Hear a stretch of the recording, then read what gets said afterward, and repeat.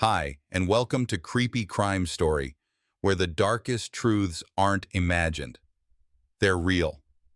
They say when someone vanishes, the first 24 hours are everything. But what happens when there's no sign of a struggle, no frantic escape, no blood, no witness, just silence? A Navy contractor, a mother of three, a woman planning to leave her marriage. On the very day Maya Melite scheduled a meeting with a divorce attorney, she vanished. No note, no struggle, no body, and no answers. For years. January 7th, 2021. Chula Vista, California. Temperature, low 60s.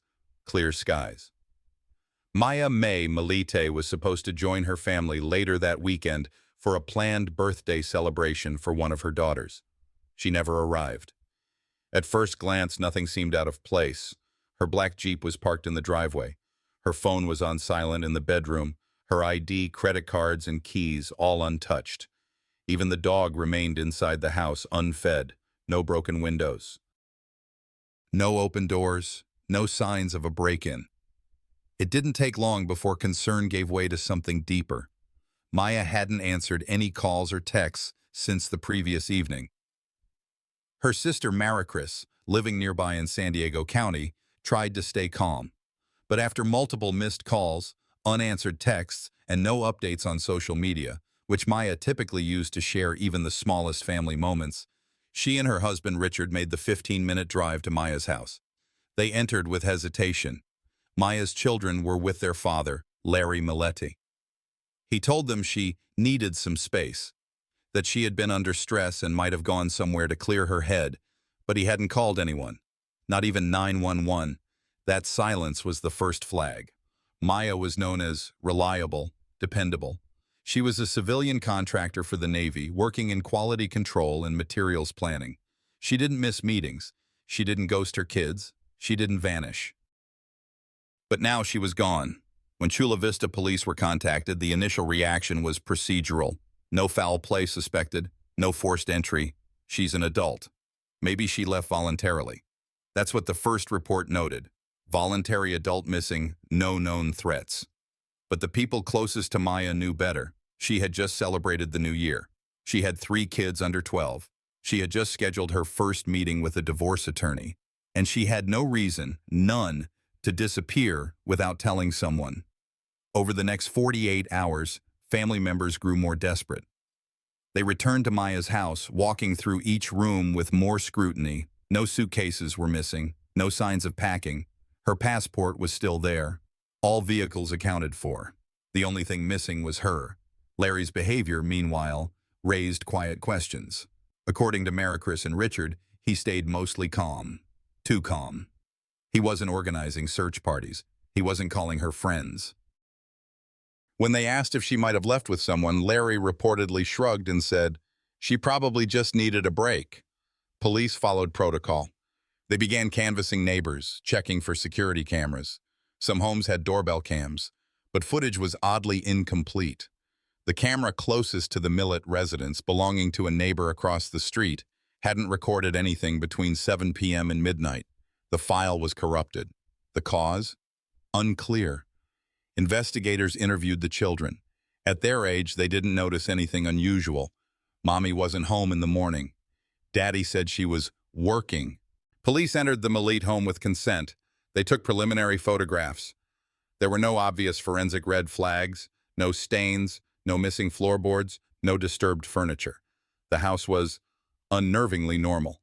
Still, something felt off. Detectives noted Maya's cell phone had last pinged near her home the night of January 7th. After that, it went dark, completely. Her bank account hadn't moved. No credit card activity, no ATM withdrawals, no travel logs, no social media login. Her entire digital footprint just stopped. It's important to note, even when someone chooses to disappear, their data rarely does. But Maya's vanished in lockstep with her. In many missing persons cases, police often weigh the profile of the individual. Are they mentally unstable, prone to impulsive behavior, escaping abuse, looking to run? Maya didn't fit any of those patterns. She was preparing to leave her marriage, yes, but she wasn't running in fear. She was organizing, methodically, a fact that would take on more weight later. She'd contacted a divorce attorney on January 6th, one day before her disappearance. It wasn't a vague inquiry. She had scheduled an appointment. She told close friends and family she was ready to move on. She wanted to do it the right way. And now she was gone. The case shifted from procedural to investigative by January 10th. Police elevated the classification to suspicious missing person. The Chula Vista Police Department formally opened a case file. Detectives began a grid-based search in the area surrounding the Milite residence. Publicly, the narrative was cautious. We are following all leads. Privately, investigators were already thinking ahead.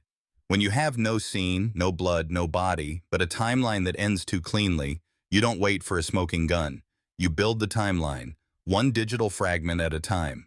In any missing persons investigation, one of the first things detectives do is look backward. Who was this person in the days before they vanished? What habits did they follow? What routines did they break?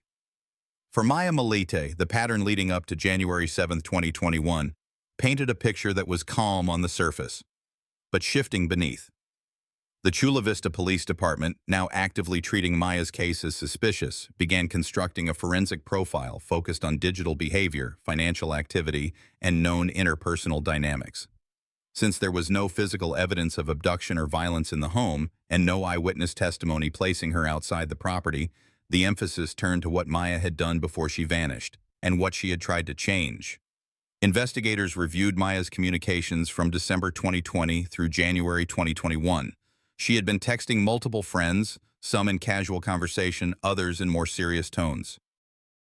On December 29th, she wrote to one friend, "I'm trying to hang in there, but I need to break away soon." She also mentioned booking a consultation with a family law attorney scheduled for January 7th, the same day she disappeared.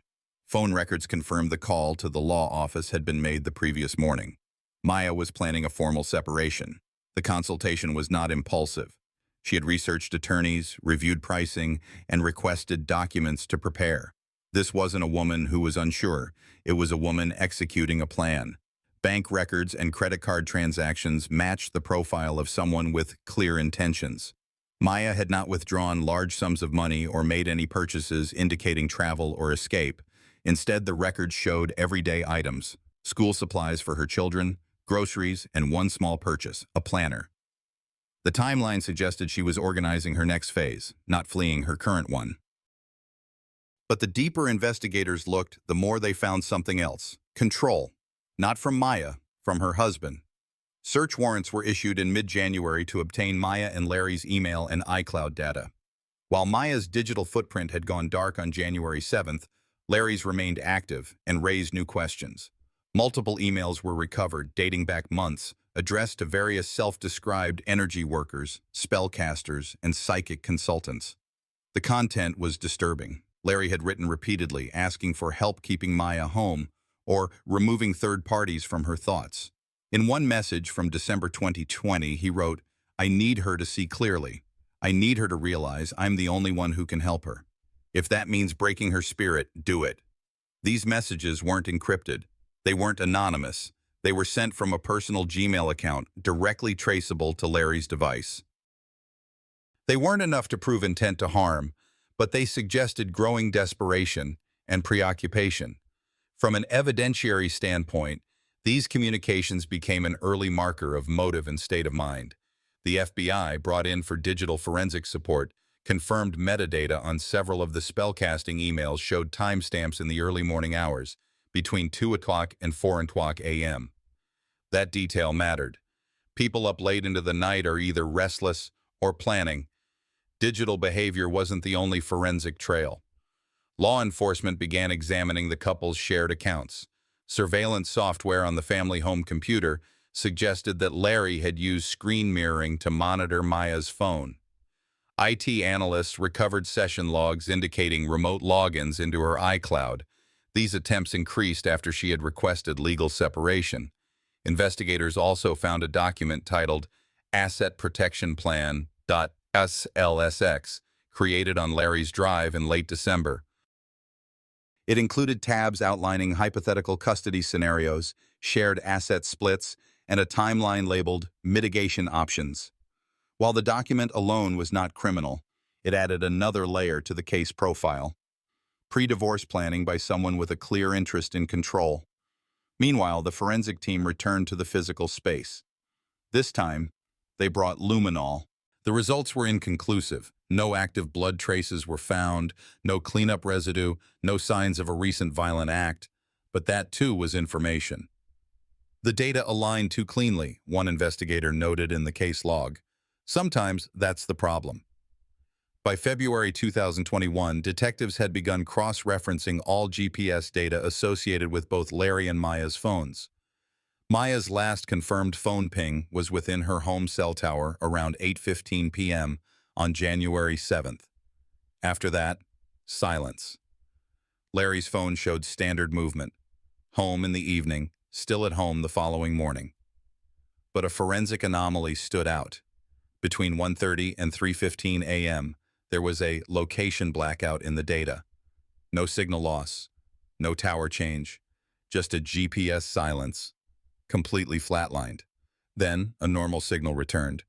Technical teams confirmed this wasn't typical. Devices don't just stop registering unless manually disabled or physically disconnected. It wasn't enough to prove tampering, but it contradicted the narrative that everything was normal. Investigators were not only reconstructing the hours Maya disappeared, but the months leading up to it. They identified a pattern: escalating restriction, reduced access to friends, and increased monitoring. Maya's family had started seeing fewer social media posts, fewer texts, and less communication. In one group chat, Maya had written, "Don't message me after 8. I'll get in trouble." That language raised flags. In domestic violence profiling, coercive control often precedes physical harm.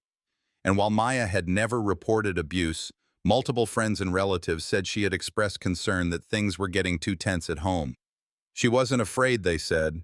She was exhausted. From an investigative standpoint, Chapter 2 of this case wasn't about what happened the night Maya vanished.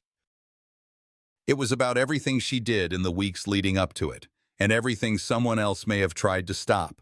In real investigations, the final 72 hours before a disappearance often hold the highest evidentiary value, not just for what they show, but for what they don't. In Maya Malete's case, the absence of physical evidence inside the home only made it more critical to track her digital and behavioral trail leading up to January 7, 2021. Chula Vista police, by now fully invested in the missing persons case, began working with digital forensic analysts to reconstruct Maya's final known actions.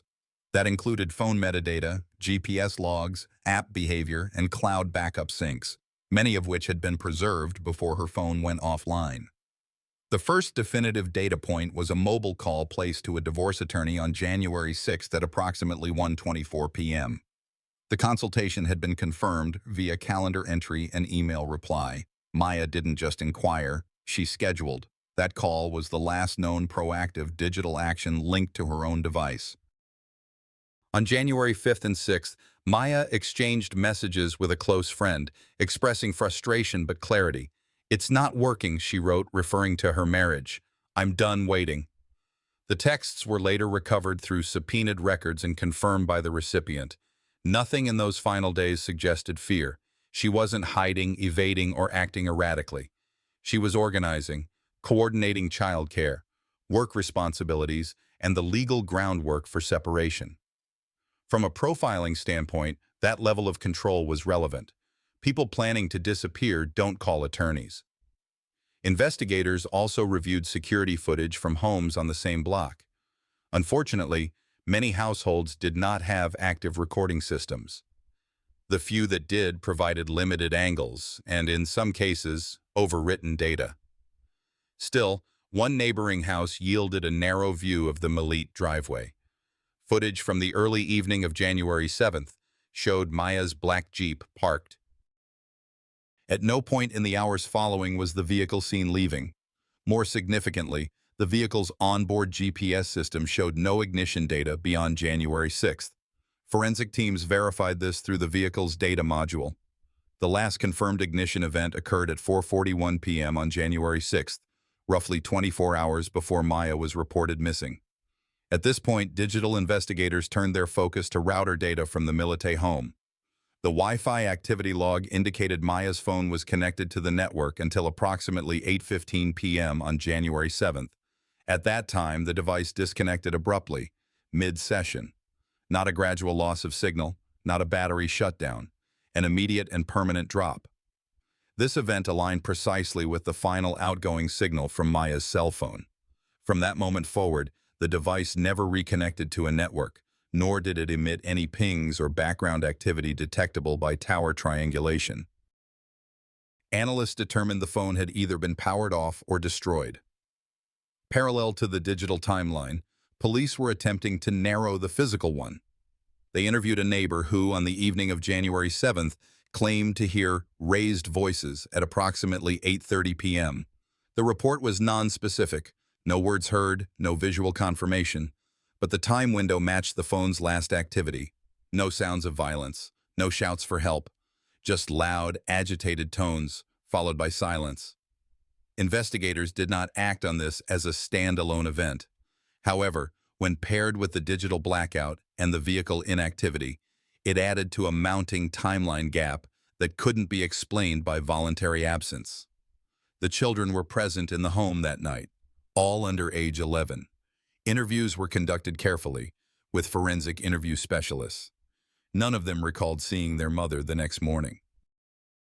According to their responses, it was "Daddy who got us ready," and "Mommy was still sleeping." This may seem innocuous on its face, but seasoned detectives noted the phrasing.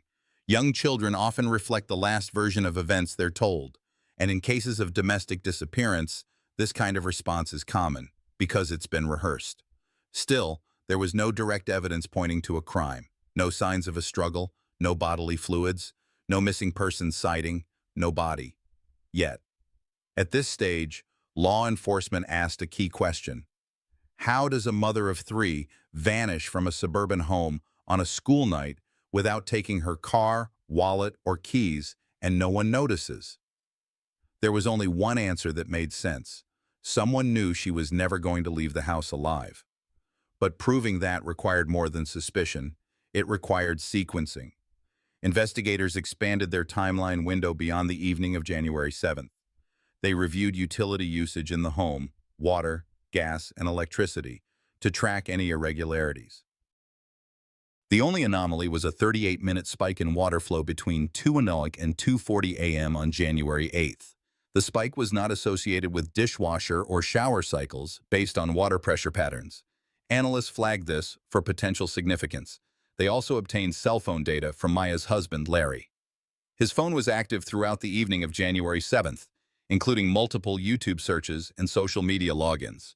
But between 1:15 and 3:00 a.m., a blank period appeared in the phone's log. No app usage, no location movement, no signal change. This was notable for 2 reasons. First, his phone had been continuously active in the hours leading up to the gap. Second, forensic experts later determined the phone had been placed in airplane mode, manually.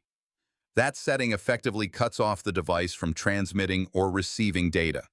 It's a function rarely used by accident, and almost never left on for 2 full hours. By the time the 3rd week of January arrived, detectives had built the following forensic sequence. Maya last active on phone at 8:15 p.m., January 7th. Her Jeep was parked, untouched. Router connection dropped mid-session. Children interviewed. No confirmed sighting of Maya the next morning. Spouse's phone goes dark at 1:15 a.m. Water usage spike between 2:40 a.m. No body recovered. No eyewitness accounts. The data didn't confirm a murder, but it confirmed something had been concealed. A missing person's device history doesn't just reflect what they were doing. It often reveals what someone else feared they might do, or what someone else intended to prevent. By late January 2021, the Chula Vista Police Department, with assistance from the San Diego County District Attorney's Office and the FBI, had shifted their approach. The disappearance of Maya Melite was no longer viewed as a passive event waiting for a tip. It was a case requiring proactive forensic pressure. With no physical crime scene, no recovered remains, and no eyewitness accounts, investigators were forced to focus their attention on what could not be erased: metadata. The first shift came through the analysis of Larry Malit's email records and search history. These were obtained via warrant and processed through forensic software for pattern recognition. Investigators noted that beginning as early as late September 2020, approximately 4 months before Maya disappeared, Larry had begun sending messages to individuals advertising spellcasting and energy rebalancing services online. The pattern wasn't subtle. It wasn't limited to curiosity or spiritual interest. It was targeted. Emails showed repeated attempts to solicit what he believed were supernatural interventions to control Maya's thinking and behavior. Requests included terms like make her stay, break up emotional ties, and remove resistance. Dozens of these emails were sent between midnight and 5 o'clock a.m., a time range that, when reviewed across several devices, matched a repeated behavioral cycle: late-night surveillance activity, followed by targeted search behavior, and then attempts at digital control. While the language in those emails might have been legally vague, the timing wasn't. Digital forensic analysts mapped Larry's online activity with high precision. Using cache data and browser-level page retrieval, they reconstructed multiple sessions in the days before January 7th. Across January 3rd to 6th, Larry repeatedly searched for combinations of the following keywords: how to stop wife from leaving, do spells really work to control partner, ways to disable phone tracking, divorce custody California default, how long to file missing person if spouse gone. That last search was made at 6:32 a.m. on January 8th, less than 12 hours after Maya's last confirmed digital activity. In isolation, any one of those searches might have been explainable. Combined, they formed a digital profile of a person actively strategizing against a partner's independence. Investigators then shifted to device synchronization records. One of the forensic advantages of modern smartphone ecosystems is their reliance on cross-platform backups. Using cloud access logs, technicians found that Larry had previously synced Maya's iCloud account to a secondary device, an old iPad used by one of the children.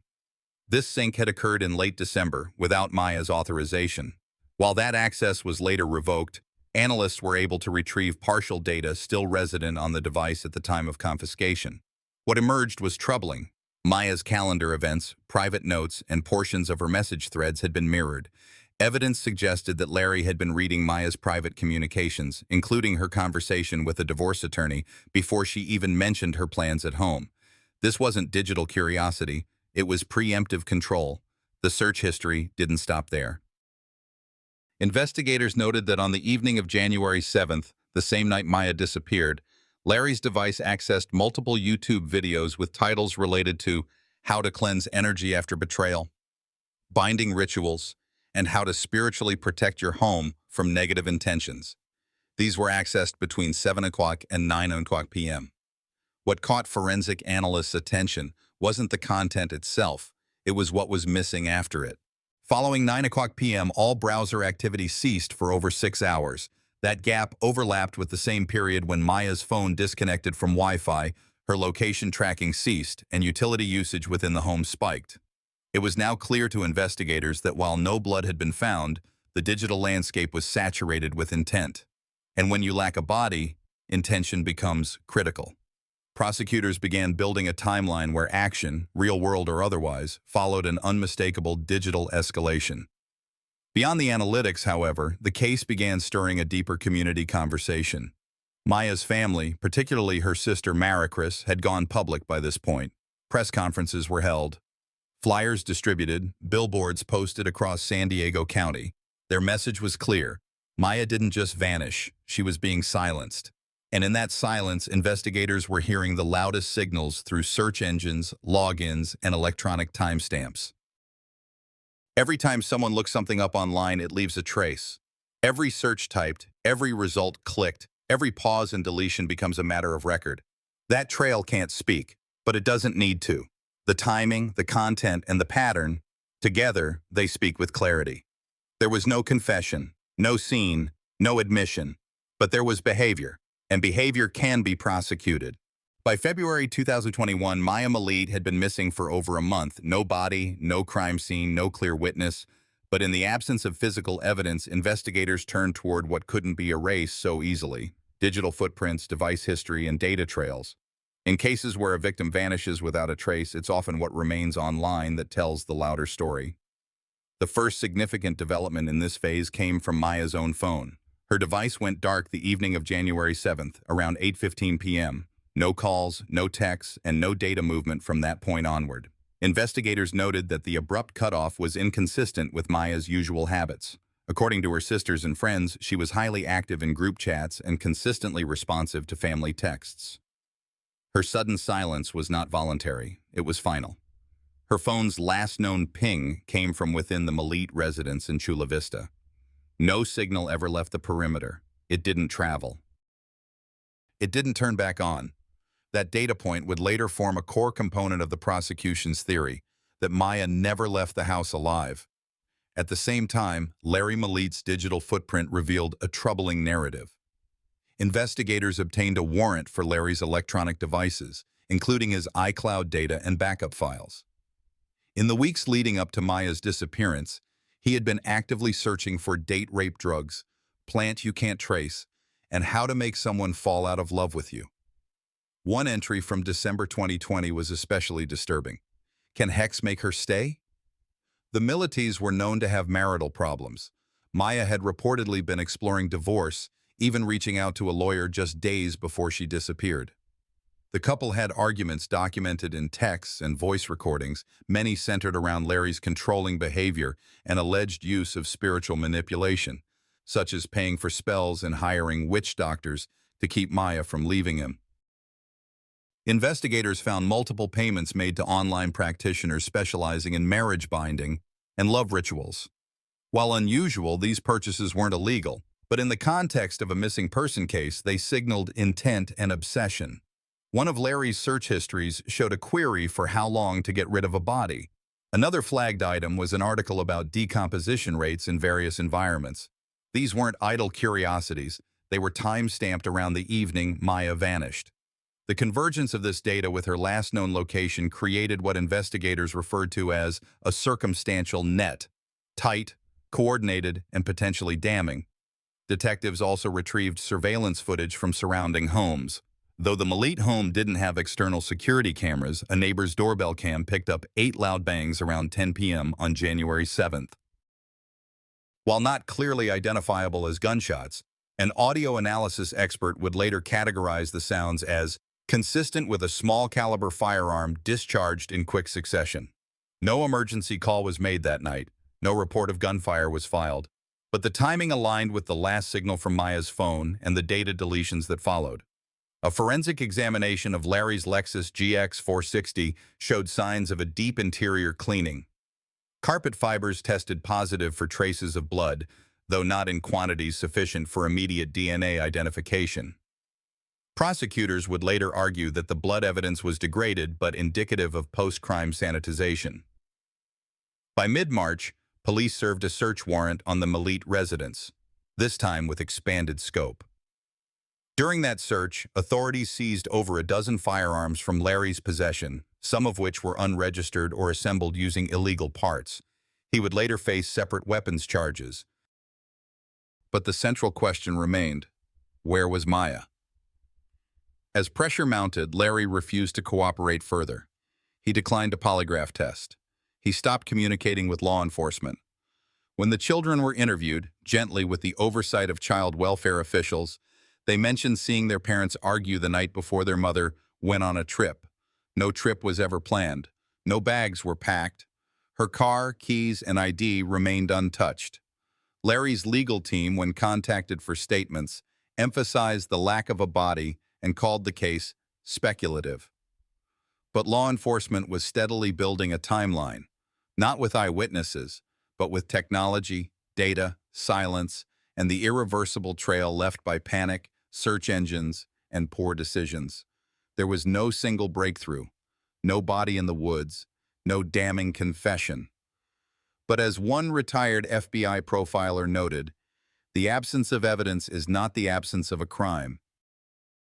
In fact, in some cases, it's the first sign of premeditation. By late February 2021, the Malit case had crossed a threshold. The initial grace period offered to Larry Malit had run out. Maya was still gone, no trace of her had surfaced, and investigators had quietly shifted their approach. The tone of the investigation was no longer passive. It became procedural, surgical, and centered on what was no longer in the house. The Chula Vista Police Department, in collaboration with the FBI and NCIS, had already served multiple search warrants. What they found, or more precisely, what they didn't find, became increasingly valuable. When agents entered the Malit residence, they had one immediate question. Where were Maya's electronics? Her iPhone, iPad, and MacBook, devices she used daily for both her job and private correspondence, were all missing. This was not a trivial absence. According to her employer, Maya had been scheduled for an online meeting on January 8th, the day after she disappeared. She never logged in. She also never accessed her company VPN again.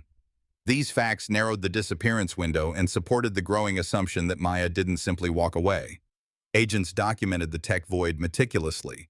They interviewed Maya's siblings, who confirmed that she kept her phone near her at all times. According to her sister Maricris, Maya even used Google Maps history to track her own location during hikes or shopping runs. Investigators later confirmed that her Google timeline had gone dark after January 7th with no new location pings. Then came the concern that changed the tone of the case. Larry's cell phone records showed abnormal behavior. On January 8th, Larry's phone was off for more than 12 hours, starting just after midnight. The last known outgoing activity from Maya's phone occurred around 5:58 p.m. on January 7th when she sent a message to a family member. After that, nothing. And in an unusual coincidence, Larry's phone went completely dark just hours later. Agents retrieved Larry's call and text logs. Between January 1st and 7th, Larry had contacted a series of individuals involved in spellcasting services. The content of these messages was chilling. He was asking spiritual advisors to make Maya forget another man, or be incapacitated enough to need me. In some, he requested they punish Maya for wanting to leave him. The investigators didn't dismiss the bizarre tone. They cataloged it. Every email, every text was reviewed not as superstition, but as a reflection of motive and mindset. The search teams also took note of the new surveillance camera system Larry had installed shortly after Maya vanished. When pressed for footage, Larry stated the system had not yet been connected to cloud storage. Odd timing. The DVR was wiped and no useful video was recovered. For a man allegedly concerned about break-ins, it was a curious oversight. No blood, no signs of struggle, no forced entry, but everything was too clean. Then came the inconsistencies in Larry's statements. In early January, Larry told police Maya had locked herself in their bedroom. But when they questioned him again weeks later, he said she had gone on a walk to cool off. Both accounts couldn't be true. On February 5th, Larry's black Lexus GX460 SUV was searched. There was no visible trace of Maya, no blood, no hair, no belongings. But what forensic investigators did find was a subtle chemical odor consistent with cleaning agents. It wasn't enough to charge him, but it confirmed a controlled environment. At this stage, the investigation had shifted focus. The search for Maya was no longer framed as a rescue operation. It had become a recovery mission, though that was never said aloud by investigators at the time. Publicly, they remained hopeful. Privately, they built a timeline that quietly eliminated all possibilities but one. This chapter of the investigation was not defined by what was discovered, but by what was missing. The physical absence of Maya's digital life, the gaps in Larry's answers, the missing hours, the sanitized home, and most damning of all, the silence from a woman who had once been the lifeline of her family. As one FBI agent later told a reporter off record, "There's something terrifying about the quietness of it. She vanished without a sound. And that's not how people disappear, not without help." By May 2021, investigators shifted focus from physical searches to digital evidence. Larry Malit's behavior had become increasingly suspicious, not just emotionally controlling, but methodically evasive. GPS data revealed a 100-mile trip the morning after Maya vanished, with no clear reason. His phone was off during that time. He took their son with him, possibly as a cover. The area visited was remote desert land, far from any usual route. Forensic checks on Larry's SUV showed signs of deep cleaning. Cadaver dogs gave faint alerts in the cargo area, but nothing definitive. More telling was his digital footprint, deleted messages, internet searches about making someone disappear, and bizarre emails to spellcasters asking to harm Maya or keep her from leaving him. Payments for these services were traced to his own accounts. He never mentioned this in interviews. Meanwhile, Maya's communications showed she was actively planning to divorce him. She told family she didn't feel safe. Neighbors reported loud fights and strange noises the night she disappeared, but no one saw her leave. No phone activity, no credit card use. She simply vanished. In October 2021, based on cumulative digital, behavioral, and forensic clues, Larry was arrested for murder. Maya's body hadn't been found, but prosecutors believed the evidence was enough. The case would test California's approach to no-body homicides, and whether a digital trail could speak louder than a witness ever could. By late 2021, Larry Millette was charged with the murder of his wife, Maya Millette, despite no body ever being found. The case hinged on digital footprints, disturbing online searches, Maya's call to a divorce lawyer just hours before vanishing, and her documented fears of Larry's control. Prosecutors argued Larry had motive and premeditation. He allegedly researched hex spells, substances to manipulate behavior, and ways to make someone disappear. Maya's texts, family interviews, and Larry's changing story built a picture of escalation and control. The defense pushed back, citing lack of forensic evidence, but experts stressed that in modern cases, metadata and intent can be just as damning. As of August 2025, the case remains pending. Larry is still in custody, awaiting trial. Maya's family has not stopped fighting, holding vigils, speaking out, demanding justice. Though her body was never found, her voice still echoes through the evidence. In the end, what happened to Maya Millette reminds us that danger doesn't always come from strangers. It can come from the very people closest to us. As someone who has followed this case closely, I've learned that silence, control, and isolation are warning signs we can't afford to ignore. If you ever feel unsafe, trust your instincts. Your life matters, and help exists. What do you think justice looks like when there's no body? Do you believe intent and digital evidence are enough to hold someone accountable? If this video touched your heart, leave a comment. Tell me where you're watching from or share your thoughts. And if it didn't, let me know why. I value every voice here. If you haven't already, subscribe to the channel so you won't miss the next case that deserves to be heard.